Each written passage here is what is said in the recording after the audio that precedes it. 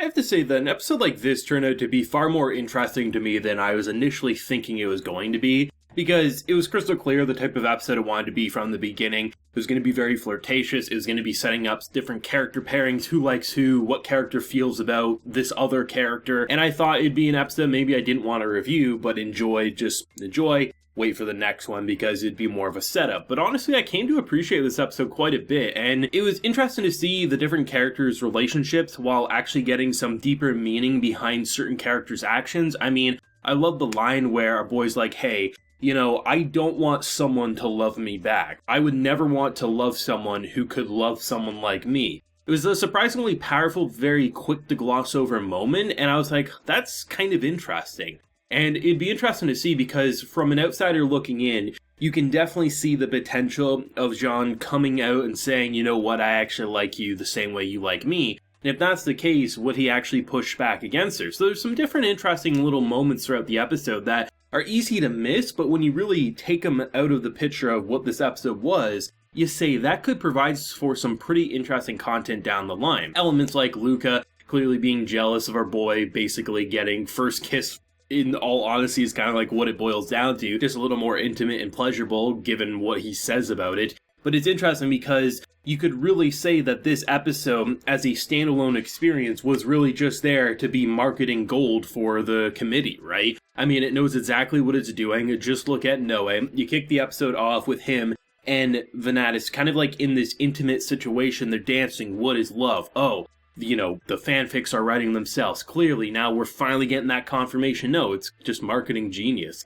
I love the idea of kind of like the bait and switch where he's just saying, the idea of love is basically what my heart feels. It flutters, this and that. But the idea that when you're building up on that rooftop situation where he's clearly getting jealous and you're saying, oh, maybe there actually is something deeper there. No, it's a simple thirst that his blood smells good and I wish I could have got to it first before basically someone claimed it. There's just so many great moments throughout this episode that are either cute, romantic tension, or just absolutely hilarious. And it was pretty much built around that. But I found it to be quite interesting because when he got his blood sucked, I thought it was, clearly that's something that's a big deal. But the idea of actually leaving a mark because of how intimate it actually was, on top of it being clearly pleasurable for the guy there, I mean, it's just interesting because that seemingly is a sign of claiming, and it's a pretty big emotional stepping point. So when Luca was visibly upset, even though the first 5 minutes of this episode were mostly just back and forth cute bickering, you could tell that it could pose a pretty big issue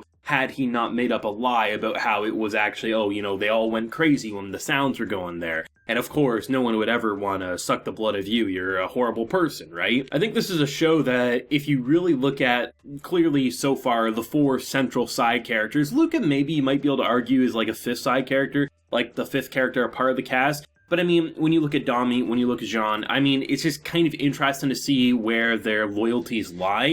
I mean, someone who's pretty much caring for Luca, but then obviously having more feelings for him. And then you have Dami really obsessed with Noe, but then Noe is kind of up in the air where he's going. It's quite interesting. And to see just they're finally setting up, I actually thought this episode was going to immediately go up to this Lord.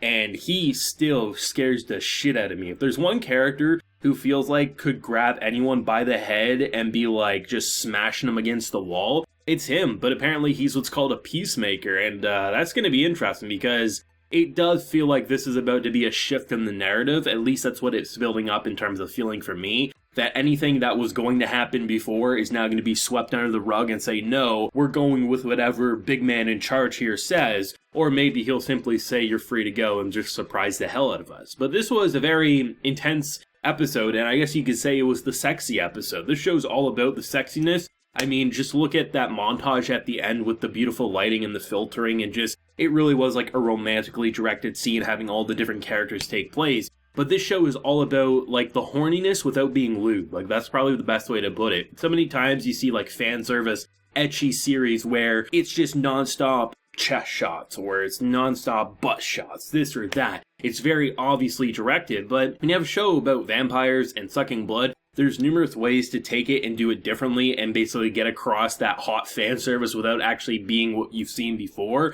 From the blood-sucking pleasure to just the numerous facial reactions. Honestly, this show knows what it's doing, it knows what it wants to be, and it's definitely running with it. And it's hard to imagine a different studio other than Bones taking this up, because in terms of just its general aesthetic, it very much gives me Bones' feeling of when they did Bungo Stray Dogs. It has similar characters, similar design standpoints, but in terms of the artistic filtering from like I don't even know how I want to explain it, but just kind of like when they add the filters to make it more majestic as the lighting kind of intensifies and you see little particles in the air, the way they do that, it's hard to imagine what a different studio and team would manage. Because Bones, even though a lot of times when you say, oh, this studio is making this anime, it doesn't really matter. It matters who the director is, the chief animator, director, things like that. It's more of the staff than the studio. But there are certain studios who have a style that even if certain key staff listings are different, it still feels like theirs. The biggest is like a studio like Kyoto Animation, right? But I do think Bones, to their credit, also has a similar Bones style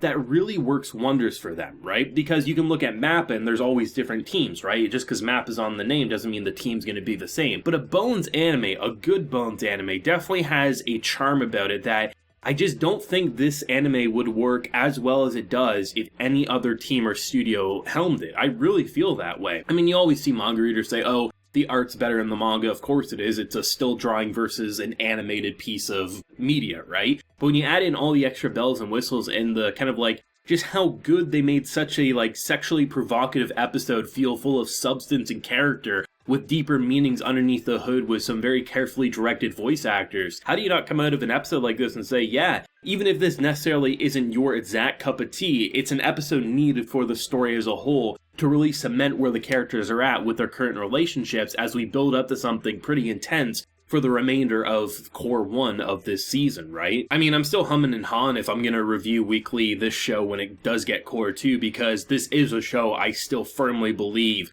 would be best binge. But as it stands right now, it's been a very interesting experience, because even though this series has had a very consistent quality, especially with kind of like action, character building, mystery, I do think there's been quite a few unique experiences, with this episode being one of the more unique ones for this anime and anime season in general. And honestly, I'm very excited to see where the characters are going, because definitely the relationships are brewing, the chemistry is there, and the hostility is front and center from different perspectives. And if we get an episode all of action next week, or we get an episode of mostly dialogue, I think the characters and the way the mystery of what everyone is truly thinking is enough to keep it engaging. And honestly, an episode 5 minutes in that I was convinced I would skip out on even discussing on the channel, not because I hate it, but just there wasn't enough to talk about, made me say, goddamn, this show is so packed full of amazing quality that it's a shame not more people are checking it out, but hopefully eventually people will. Maybe it's just because they're busy watching other things or doing different things because it's summer. Hard to say, right? But definitely we'll be spreading the word for this one for some time. Let me know what you're feeling though down below. What did you think of the sexiness that was this episode? Was it for you, or are you just glad to move on from it? Let me know down below. Leave a like if you enjoyed and subscribe if you're new around here. So until next time, everyone, please take care and have a good one.